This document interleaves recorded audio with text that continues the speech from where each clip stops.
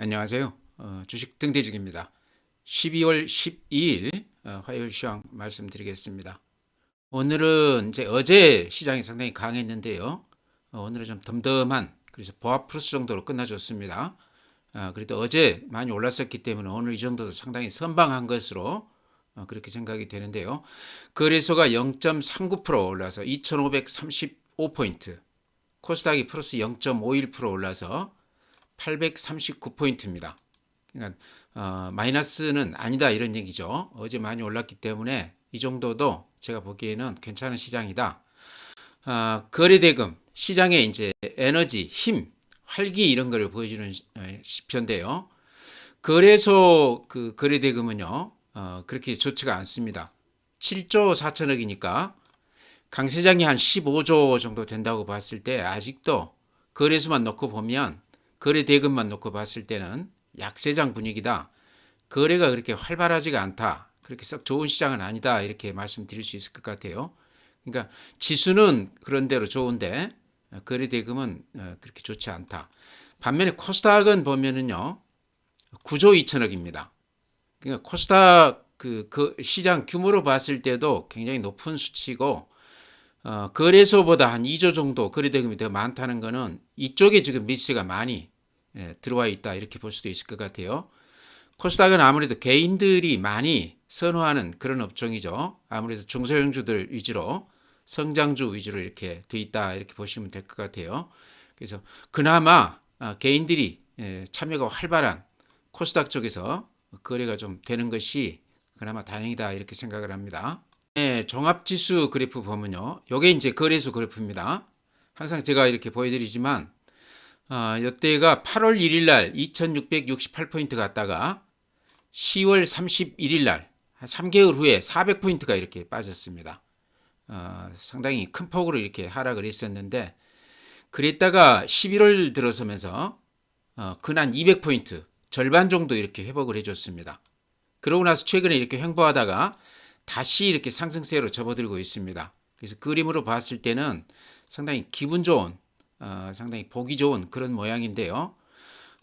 이렇게 분봉으로 한번 봐보죠. 분봉으로 보면 그날 이렇게 추이를 보면요, 오늘 하루만 보면 아침에 이렇게 높게 붙어서 매물을 좀 받다가 오후 들어서 다시 이렇게 살짝 돌려주는 그런 모습입니다. 이런 모습이 좋은 겁니다.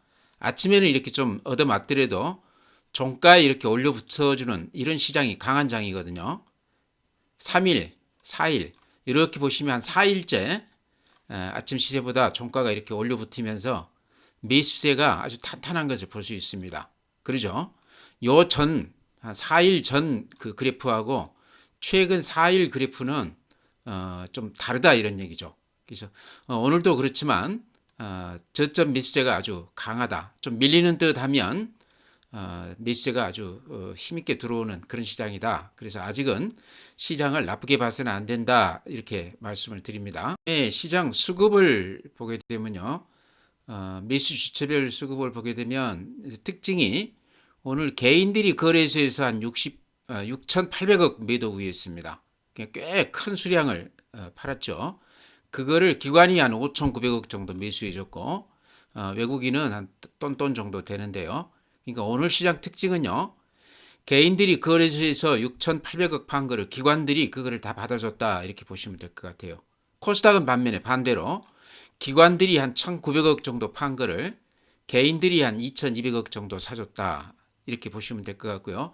여기서 제가 보기에 조금 눈여겨볼 만한 대목이, 개인들이 코스닥에서 2,200억 정도 매수 우위했다 하는 거가 눈여겨볼 대목 같습니다. 거래소는 이렇게 많이 팔았지만 개인들이 코스닥 쪽에서는 아주 강한 매수세를 보였다. 아까 거래대금 우리가 봤을 때 거래소가 한 7조, 코스닥이 한 9조 넘게 이렇게 거래가 됐는데요. 코스닥 쪽이 거래가 활발한 이유가 개인들이 이렇게 강하게 매수 우회해주는 그런 이유다. 이런 시장은요, 개별 종목, 중소형주, 그러니까 뭐 작전주라고 할 그것까지는 없지만 개별성 재료를 잘 가진 그런 개인들이 좋아하는 그런 종목들이 당분간 좀 시장을 좀 끌고 나가지 않을까 이렇게 생각을 합니다. 국내 증시 자금 동향 보면요, 48조 2천억이죠. 어제만 해도 한 50조 넘었다가 48조 2천억인데 최저점이 한 44조 정도 되거든요. 그러니까 최저점에 비하면 한 4조 정도 최근에 이렇게 늘어났다. 그래프로 보면 바닥에서 이렇게 우상향하는 그런 모습이죠. 11월 이후에 개인들 돈들이 좀 이렇게 들어오고 있다 이런 얘기죠. 그 전에는 이렇게 돈들이 빠져나가다가 최근에 한 4조가량 들어오고 있는데요. 개인들 4조는 시장에 상당히 큰 영향을 줄 수 있는 규모다 이렇게 말씀드립니다. 매매가 활발하기 때문에 그렇죠.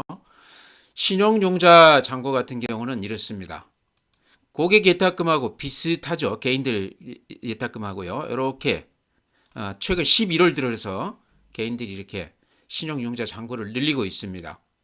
그 전에는 이렇게 많이 털려 나갔죠. 이게 이제 팔고 싶어서가 아니고 담보 미달도 있었고 그 다음에 이제 손절매하는 물량도 있었겠고요.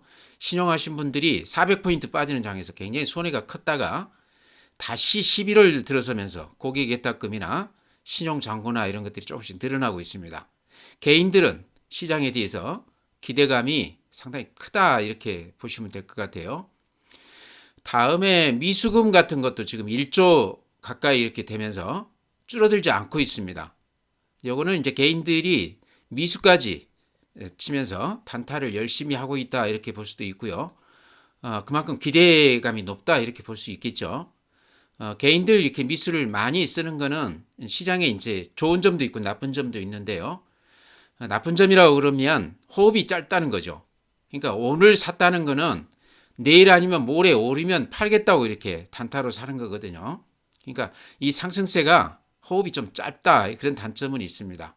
반면에 단기간에 이렇게 좀 수익을 낼 만한 시장에 어떤 탄력이 좀 있는 그런 시장이죠. 개별 종목들이 좀 해볼 만한 그런 시장이라고 이렇게 할 수 있을 것 같습니다.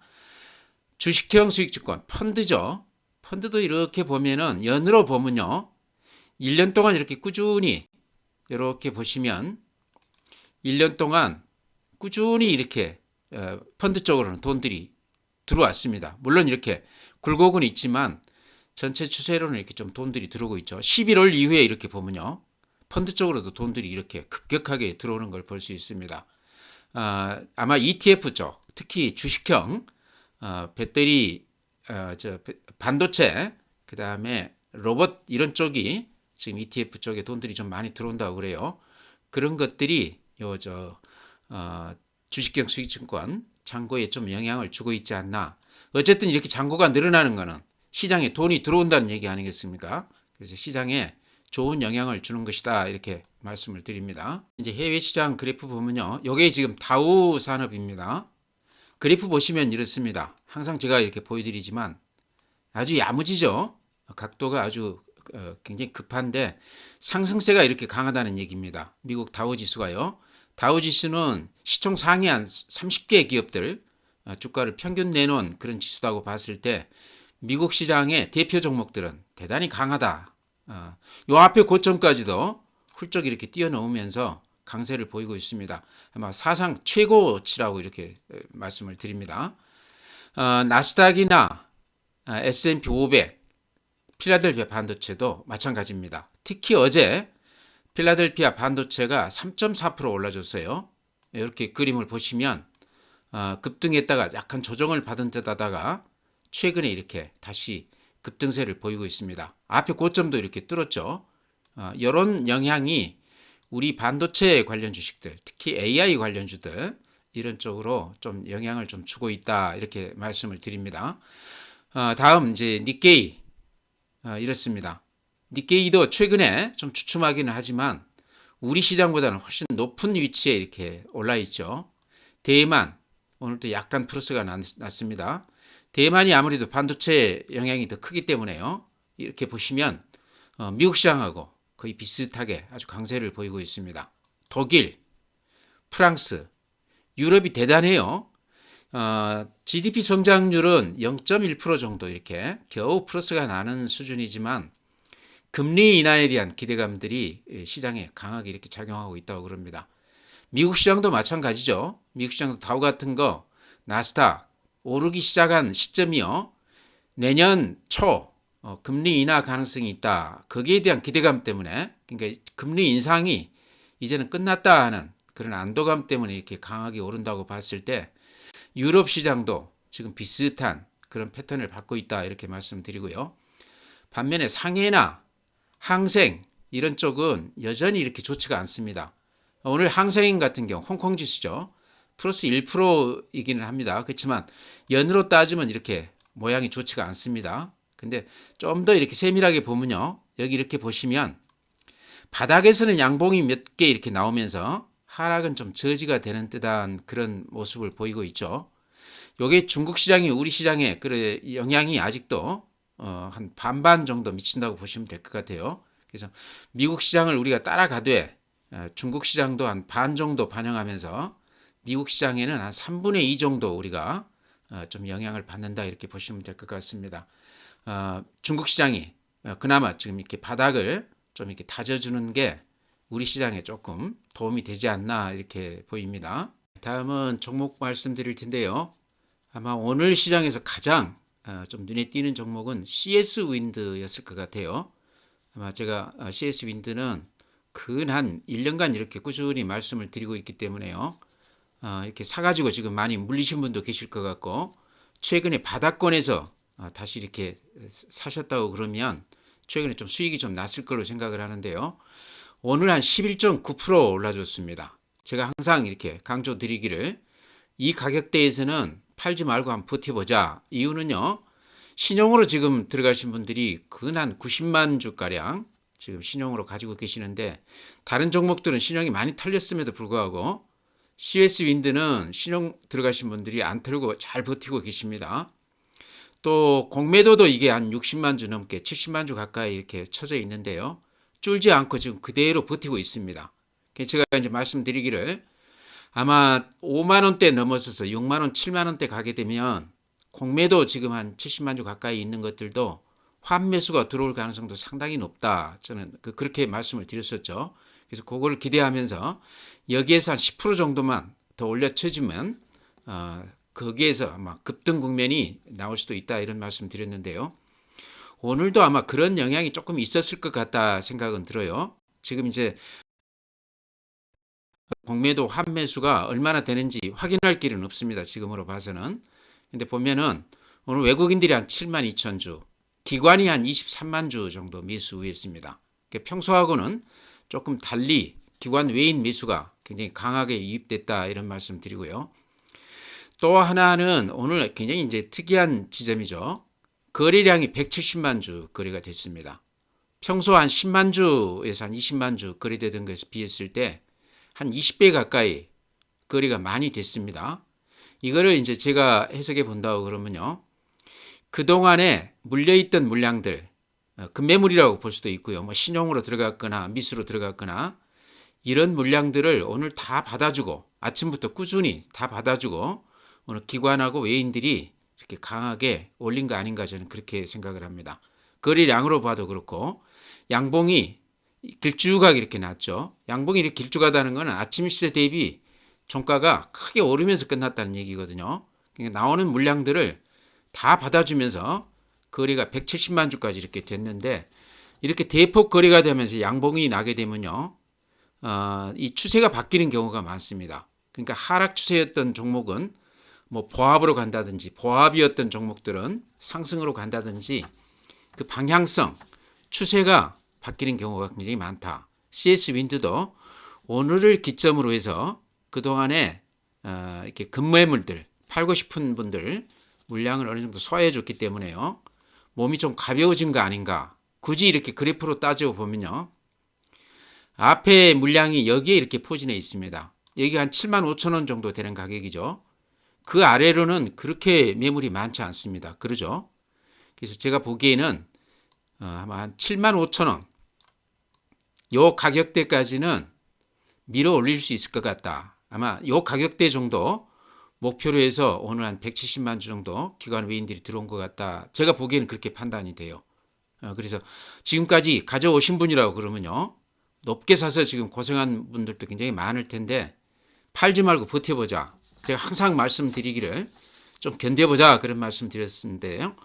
오늘은 특히나 여러 가지 형태로 봤을 때 앞에 매물대가 집중되어 있는 75,000원대까지는 잘하면 기대해 볼 수 있겠다 이런 말씀 드리고요. 오늘 삼성증권에서 그 리포트를 하나 내놨는데요. 그냥 실적 얘기입니다. 2024년 CS 윈드 매출액이 금년 대비했을 때 한 84%, 영업이익은 금년 대비했을 때 한 75%가량 좋아질 것으로. 그게 실적주란 얘기입니다. 대단히 좋아진다 이런 얘기죠.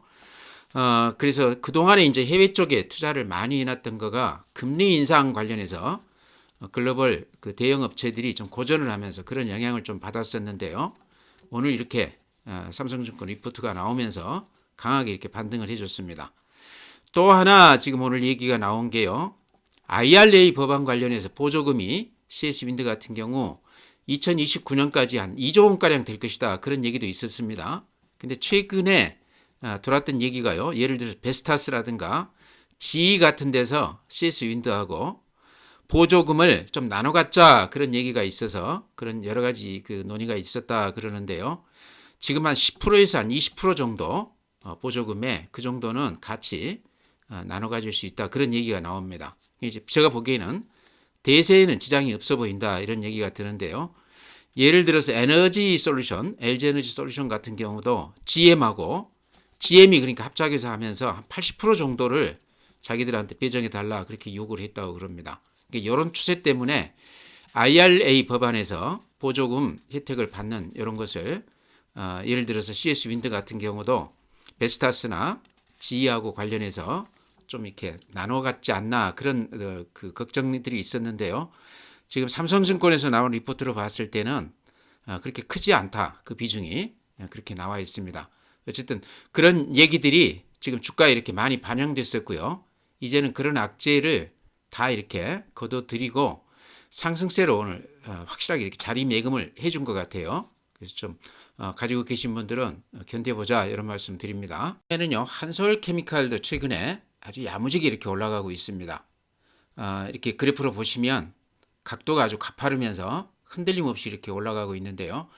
한솔케미칼은 제가 이제 요 앞에 고점 이렇게 뚫고 올라갈 때 이때 아마 언급을 좀 드렸던 것 같아요. 그 뒤로도 제가 몇 번 이렇게 말씀을 드렸는데 원래는 이제 반도체라든가 디스플레이 이쪽 관련해서 반도체 주가하고 이렇게 흐름을 같이 했던 그런 주식입니다. 그래서 이렇게 오랫동안 고생을 하다가 이번에 이렇게 턴을 하고 있는데 반도체 일반 주식들보다 조금 더 강한 그런 모습을 보이고 있죠. 여기가 이제 반도체 쪽에서 식각, 그 다음에 세척 이쪽 관련해서 과산화수소 이쪽 소재에 관련해서 얘기가 되던 종목인데 최근에는요 배터리 관련해서 그 흑연을 우리가 이제 K배터리 이쪽에서 중국의 의존도가 굉장히 높지 않습니까? 거의 한 90%를 수입에다 쓴다고 그러는데요. 이 지금 실리콘 음극재가 그러면서 이제 굉장히 그 흑연 대체제로서 주목을 받고 있다고 그럽니다. 근데 그거를 지금 한솔케미칼이 전북에 공장을 짓고 있는데 이 실리콘 음극재 쪽에서 한솔케미칼이 상당히 기대가 된다 그렇게 얘기를 하고 있습니다. 그러니까 흑연을 쓰지 않고 실리콘 음극재를 쓰게 되면은 에너지 밀도가 한 10배가량 높다고 그럽니다. 물론 또 가격이 굉장히 비싼 그런 건 흠이 있는데요. 그러면서 전기차 그 주행거리라든가 또 충전 시간 단축에 굉장히 기여하는 그런 게임 체인저다 이렇게 얘기를 하고 있습니다. 그래서 한솔케미칼, 대주전자재료, SK머티리얼즈 이런 것들이 이제 실리콘 음극재 관련인데요. 한솔케미칼이 그동안에는 반도체에 관련해서 소재주로서 얘기만 됐었는데요.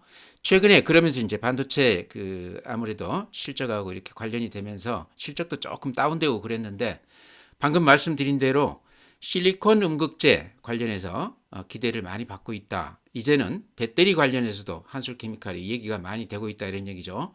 그래서 여기서 말씀드리고 싶은 거는 지금 가지고 계시다고 그러면요. 가지고 계시다고 그러면 이 추세를 이렇게 봤을 때 추세가 아주 단단하지 않습니까? 항상 제가 말씀드리기를 이렇게 급등주들은 파는 시점이 매도 시점이 이렇게 추세가 무너지면서 음봉이 한두 개 나올 때 그때 팔아야 된다. 그 전에는 이렇게 추세가 단단한 급등주들은 그대로 가지고 가야 된다 이런 말씀 드렸는데요. 한솔케미칼도 혹시 저점에서 사셨다고 그러면 당분간 좀 지켜보셔도 될 것 같아요. 재료가 상당히 제가 보기에는 커 보인다는 얘기죠. 네, 방금 말씀드린 한솔케미칼하고 비슷하지만요, 훨씬 더 강세를 지금 보이고 있는 CJ 대한통운도 제가 여러 차례 이렇게 말씀을 드렸습니다. CJ 대한통운은요, 지금 안 가지고 계시다고 그래도 급등주를 찾는 그런 요령이라고 그럴까요? 그것 때문에 공부하는 차원에서 제가 다시 한번 이렇게 말씀을 드릴까 그럽니다. 여러 가지 급등주 조건을 완벽하게 다 갖추었다. 초기에 우리가 급등할 것이다 하는 것을 눈치를 챌 수도 있었던 그런 종목이다. 이제 제가 하나하나 말씀을 드리면요. 먼저 이 매물대 여기를 이렇게 힘있게 뚫었습니다. 그러고 나서는 이렇게 매물이 없었죠. 몸이 일단 가벼워진 주식이었다. 하나가 있고요. 두 번째는 앞에 고점을 이렇게 양봉을 길쭉하게 내면서 힘있게 뚫어줬다는 얘기죠. 신고가를 냈다는 얘기죠. 항상 말씀드리지만 신고가 내는 종목은 쉽게 팔아서는 안 된다. 그런 말씀 드렸죠. 그 다음에 여기가 이렇게 거래가 이렇게 대폭 늘어났습니다. 신고가가 나면서 거래까지 이렇게 대폭 늘어난다고 그러면요. 틀림없는 급등주죠. 그 다음에 이것도 하나 또 우리가 공부할 거가 되는 것 같아요. 이렇게 오랫동안 횡보한 주식들. 그렇죠. 근데 실적 면에서 그렇게까지 나쁘지 않은 종목들. 대한통운이요. 쿠팡에 좀 고전을 했지만 실적 면에서는 그렇게 나쁘지 않았습니다. 그러면서 이렇게 횡보를 오랫동안 했는데 이렇게 횡보를 오래 한 주식들은요. 항상 우리가 눈여겨봐야 됩니다. 갑자기 이렇게 급등하는 경우가 많거든요. 그래서 CJ 대한통운은 이제 최근에 나온 거는 어쨌든 중국 관련 해외 직구 이쪽 이제 그 매매가 아니 그 매출이요. 한 두세 배 정도 늘어났다 그러면서 주목을 받으면서 구체적으로는 수급에서 예전에 제가 자주 이렇게 말씀을 드렸었던 것 같은데요. 연기금에서 굉장히 여기를 초기에 아주 강하게 매수를 했습니다. 이때 제가 아마 말씀을 드렸던 것 같아요. 아마 기억하시리라고 생각을 합니다. 연기금이 한 달 전부터 이렇게 꾸준히 매일 하루도 빼지 않고 매수를 이렇게 했습니다. 이때만 해도 CJ 대한통운을 왜 이렇게 사는지 이유를 알지 못했는데요. 최근에 와서 이제 중국 관련 해외 직구다 그런 얘기가 나오죠. 그래서 내용이 나오기 전에 우리가 이제 이런 종목을 찾아낼 수 있는 거는 방금 말씀드린 대로 이렇게 매물대를 벗어나서 신고가를 내면서 거래가 이렇게 수반이 되고 또 기관이나 외국인들이 알 수 없이 이렇게 강하게 매수한다 그러면 그런 종목들은 좀 눈여겨봐야 된다, 주목해봐야 된다. 그런 차원에서 CJ 대한통운 안 가지고 계시더라도 급등주 패턴 연구하는데 공부가 많이 된다 이렇게 말씀을 드립니다. 네, 다음은 MC넥스. 종종 제가 말씀드리는 종목인데요. 최근에 은근히 이렇게 강세를 보이는 그런 종목입니다. 그동안에 좀 실적이 저조하면서 주가가 좀 고생을 했다가 최근에 시장이 돌아서면서 꾸준히 이렇게 상승세를 보이는 종목인데요. 아시다시피 이제 MC넥스는 스마트폰에 들어가는 카메라 관련 회사죠. 최근에는 이제 전장 쪽으로 매출이 대폭 이렇게 늘어나고 있는데요. 오늘 대신증권에서 그 리포트를 하나 내놨는데요. 제목을 그렇게 달아놨어요. MC넥스에 대해서. 2024년 전장 부품이 매출, 영업이익의 고성장을 견인할 것이다. 이제 전장 쪽이 지금 상당히 매출이 많이 늘어나고 있다는 얘기인데 구체적으로 보면요. 2024년 이제 영업이익 추정을 해놨는데요. 한 426억이 될 것으로. 그래서 금년 대비했을 때 한 115% 정도 늘어날 것으로 그렇게 예상을 하고 있습니다. 아시다시피 작년, 금년 실적이 그렇게 좋지가 못했습니다. 내년에 근한 2배가량 영업이익이 늘어난다. 이제 그 이유는 방금 말씀드린 대로 전장 쪽이 굉장히 카메라 수요가 늘어난다는 얘기죠. 구체적으로 보면은 매출이 금년에만도요. 전장 쪽이 한 41% 늘었다고 그러고 내년에도 전년 대비했을 때 한 30% 정도 전장 카메라 이쪽 수요가 늘어날 것이다. 매출이 늘어날 것이다. 특히나 이제 자율주행 관련해서 카메라 수요가 굉장히 늘어날 것이기 때문에 이런 측면에서 MC넥스는 좀 기대해 볼 만하다. 이제 이런 얘기입니다. 그래서 아마 대신증권에서 목표가를 한 4만 1천 원 정도 지시해 놨습니다. 지금 가격보다 근 한 30% 이렇게 높게 책정을 해 놨는데요. 그래프는 이런 모습입니다. 최근 실적이 굉장히 저조했기 때문에 그게 이제 주가에 이렇게 반영되면서 이렇게 하락을 했다가 금년, 내년으로 갈수록 전장 관련해서 매출이 늘어나면서 실적이 상당히 좋아질 것이다. 그런 얘기죠. 금년 대비했을 때 영업이익이 한 100% 좋아진다고 그러면 대단한 거 아니겠습니까? 그래서 MC넥스도 이제는 어려운 국면을 지금 좀 탈피해가는 그런 과정이 있다. 가지고 있다고 그러면 좀 이렇게 보유하면서 좀 지켜볼 필요가 있다. 이런 말씀 드립니다. 네, 다음에는 이제 SPG요. 항상 말씀드리는 종목이죠. 아마 많이들 가지고 계실 것 같아서 매번 제가 이렇게 말씀을 드리고 있습니다. SPG는요, 그래프가 이렇게 하단을 이렇게 이어보면요, 요 하단 여기가 지지선이라고 볼 수 있죠. 지지선에서는 이렇게 항상 부딪히면 반등해주는 맛이 있습니다. 요 가격대에서 지지선에서만 사면 괜찮다 이런 얘기죠. 그 다음에 요 매물대가 여기에 이렇게 집중되어 있는데 지금 그 매물 집중대를 살짝 이렇게 벗어나고 있습니다. 그 위로는 매물이 그렇게 두텁지가 않습니다. 수급 면에서 상당히 유리한 조건이다. 몸이 좀 가벼워졌다. 앞에 고점이 44,800원인데 지금 34,000원이기 때문에요. 근 한 30%가량 지금 빠져 있는 가격대입니다. 그래서 그런 점에서 SPG는 아직도 좀 매력이 있지 않나 이런 생각을 하고요. 로봇산업 우리 국내 로봇산업 그 매출 규모가 전체에서 한 5조 조금 넘는다고 그래요. 아직은 그러니까 그렇게 크지 않다는 얘기죠. 로봇산업 이 전체로 봤을 때. 그 중에 이제 국내 로봇 사업체들이 한 2,500개 가량 된다고 그럽니다. 그 중에 한 98%가 넘는 업체들이 매출액이 한 10억이 안 되는 영세 업체라는 얘기죠. 그래서 아직 로봇 산업이 예를 들어서 두산 로보틱스나 레인보우 로보틱스 같은 경우도요. 매출액을 보면 몇백억 정도 수준밖에 안 돼요. 영업이익도 아직 약간 플러스가 나거나 적자거나 그런 규모입니다. 그래서 이제 이게 로봇 산업이 아직은 초기 단계가 아닌가, 이제 시작 단계가 아닌가 그런 생각도 듭니다. 그런 걸로 봤을 때 SPG가 지금 실적을 매년 한 200억 넘게 이렇게 실적을 보여주는 것은 로봇 전체로 봤을 때 상당히 특이한 아주 독보적인 그런 면모가 아닌가 이렇게 생각을 합니다. SPG는 이제 로봇을 만드는 회사는 아니고 거기에 이제 부품을 공급하는 업체인데 그런 측면에서 SPG는 앞으로 로봇 산업이 이렇게 많이 커진다고 그러면 가장 수혜가 클 만한 그런 종목이다 이렇게 말씀을 드립니다. 그래서 로봇 다른 주들도 이제 상당히 요새 강세를 띠고 있지만 SPG가 그 중에서는 그래도 가장 좀 무난한 좀 안전하게 마음 편히 할 수 있는 종목이 아닌가 그래서 이렇게 자주 추천을 드립니다. 안 가지고 계시다고 그러면 좀 들어가셔도 되는 종목 아닌가 이렇게 말씀을 드립니다. 네, 그 외에도요 종목들이 제가 추천드린 종목들이 많죠. 뭐 더존 비존 이렇게 횡보를 오래 하고 있습니다. 제가 항상 말씀드리는 게 있죠. 아까 CJ 대한통운 보셨죠? 횡보를 그는 1년 동안 하다가 올랐을 때 아주 급등을 했다. 실적에서 크게 흠이 없다. 더존 비존도 마찬가지입니다. 그래서 지금 가지고 계시다고 그러면 좀 답답하지만 기다리시면 이것도 어느 땐가는 또 호재거리를 또 이렇게 내놓을 가능성도 있다. 한번 기대해 보자 이런 말씀 드렸고요. 그 다음에 덴티움도 꾸준히 실적주다. 기다려보자 이렇게 말씀을 드렸는데 여기도 이렇게 덴티움도 보면은 요 매물대 여기가 매물대가 굉장히 두텁죠. 그러고 나서 그 위로는 15만 원대입니다.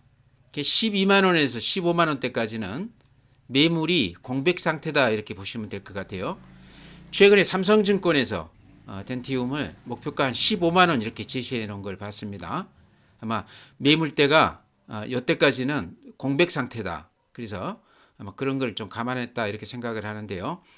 덴티움은 지금 가격대에 가지고 계시다고 그러면요. 언젠가는 또 한번 시세를 좀 크게 낼 만한 그런 종목이 아닌가 이렇게 생각을 합니다. 일단은 실적이 대단히 좋다. 그 다음에 중국 시장에 그쪽 매출액이 한 50%, 러시아가 한 15%, 여전히 매출액이 잘 나가고 있습니다. 그래서 중국 시장은 아직도 초기 시장이기 때문에요. 그런 점에서 덴티움의 성장세가 앞으로도 좀 기대가 된다 이렇게 말씀을 드립니다. 가격으로 보면 18만 원 됐다가 9만 원 됐다가 지금 12만 원 됐으니까요. 가격 부담이 좀 덜한 그런 종목이다. 지금 들어가도 그렇게 부담이 없는 종목이 아닌가 이렇게 말씀을 드립니다. 네, 종목 그렇게 말씀드리고요. 전체 지수는요. 지금 한 200포인트 올랐다고는 하지만 미국 시장, 일본 시장, 대만 시장 이렇게 비교했을 때 거기는 이렇게 앞에 고점을 힘있게 이렇게 뚫었거나 살짝 이렇게 뚫은 상태로 있습니다. 그와 비교했을 때 우리 시장은 아직 좀 덜 오른 감이 있다 이런 얘기죠. 제가 보기에는 그런 이유 중에 가장 큰 게 중국 시장이 워낙에 좋지 않기 때문에 우리가 이제 중국에 대한 의존도가 높기 때문에 중국 시장의 영향이 우리 시장에 조금 미치고 있다 이렇게 생각을 합니다. 이제 그러다 보니까 미국 시장이나 일본 시장, 대만 시장을 따라가지 못한다 이렇게 생각되는데요. 그러더라도 최근에 여러 가지 그 증시 지표들이요, 고객 예탁금이나 거래 대금이나 이런 여러 가지로 봤을 때 또 외국인들이나 기관들 최근 한 3일 동안 외국인들 기관들이 강하게 매수 우위하고 있습니다. 이런 수급 문제라든가 또는 달러 대비 원화 환율 같은 경우도 최근에 아주 안정이 됐습니다. 이런 여러 가지가 시장을 좀 이렇게 좀 좋게 봐도 되지 않나 이렇게 생각을 합니다. 그래서 지금 주식을 가지고 계시다고 그러면요, 특별한 흠이 없는 한 그대로 좀 가지고 가보시는 게 어떤가 싶고요. 현금으로 갖고 계시다고 그러면 너무 재지 마시고 제가 방금 말씀드렸던 그런 종목들 장중에 이렇게 좀 주춤하다고 그러면 들어가셔도 그렇게 큰 걱정은 안 하셔도 되는 그런 국면이 아닌가 이렇게 생각을 합니다. 종합지수 그래프 보면 이렇게 자세히 그려보면 이렇게 올랐다가 좀 조정을 받고 다시 이렇게 반등하고 있는데 앞에 고점을 살짝 뚫은 감이 있어요. 그래서 이런 여러 가지로 봤을 때 시장은 그렇게 크게 걱정 안 해도 될 것 같다 이렇게 말씀을 드립니다. 오늘 이렇게 마치고요. 또 내일 뵙도록 하겠습니다.